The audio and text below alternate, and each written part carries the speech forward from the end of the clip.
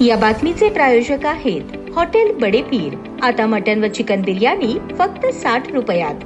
आमचा पत्ता Lakshmi market Vijapur waste आणि दुसरी शाखा मुस्लिम बादशाहपेठ सोलापूर। अतिवृष्टी आणि पुराच्या पार्श्वभूमीवर जिल्ह्यातील शेती, पायाभूत सुविधा आणि सार्वजनिक मालमत्तेच्या झालेल्या नुकसानीचा आढावा घेण्यासाठी केंद्रीय पथकाने आज सोलापूर जिल्ह्याचा दौरा केला। या पथकात केंद्रीय ग्रामविकास विभागाचे अवर सचिव अभिषेक कुमार, ऊर्जा विभागाचे उपसंचालक करण सरीन, वित्त विभागाचे उपसचिव कंदर्फ पटेल तसेच जलशक्ती विभागाचे संचालक सत्येंद्र प्रताप सिंग यांचा समावेश होता। पथकाने वडकबाळ आणि हत्तूर दक्षिण सोलापूर तसेच तिऱ्हे आणि शिवणी उत्तर सोलापूर या गावांना भेट देऊन विविध ठिकाणी झालेल्या नुकसानीची पाहणी केली। वडकबाळ येथे बंधाऱ्याची स्थिती, शेतीतील नुकसान आणि वीज वितरण कंपनीच्या सबस्टेशनवरील हानीचा आढावा घेतला। हत्तूर येथे रस्त्यांची अवस्था, शेतीतील नुकसान आणि जिल्हा परिषद शाळेवरील झालेल्या परिणामाची पाहणी केली। तिऱ्हे येथे स्मशानभूमी आणि शेतीवरील नुकसान तपासण्यात आले। शिवणे येथे घरांची पडझड आणि जिल्हा परिषद शाळेच्या इमारतीचे नुकसान पाहण्यात आले। पथकातील अधिकाऱ्यांनी नुकसानग्रस्त शेतकऱ्यांशी संवाद साधत शेती, पिके तसेच सिंचन विहिरींच्या स्थितीबाबत सविस्तर माहिती जाणून घेतली। जिल्हाधिकारी कुमार आशीर्वाद यांनी वडकबाळ, हत्तूर, तिऱ्हे आणि शिवणी येथे झालेल्या शेती, रस्ते, वीज वितरण, शाळा आणि स्मशानभूमीच्या नुकसानीचा सविस्तर अहवाल पथकास सादर केला। या पाहणी दौऱ्यात जिल्हा परिषदेचे मुख्य कार्यकारी अधिकारी कुलदीप जंगम, जिल्हा अधीक्षक कृषी अधिकारी शुक्राचार्य भोसले, प्रांताधिकारी सदाशिव पडदुरे, सुमित शिंदे,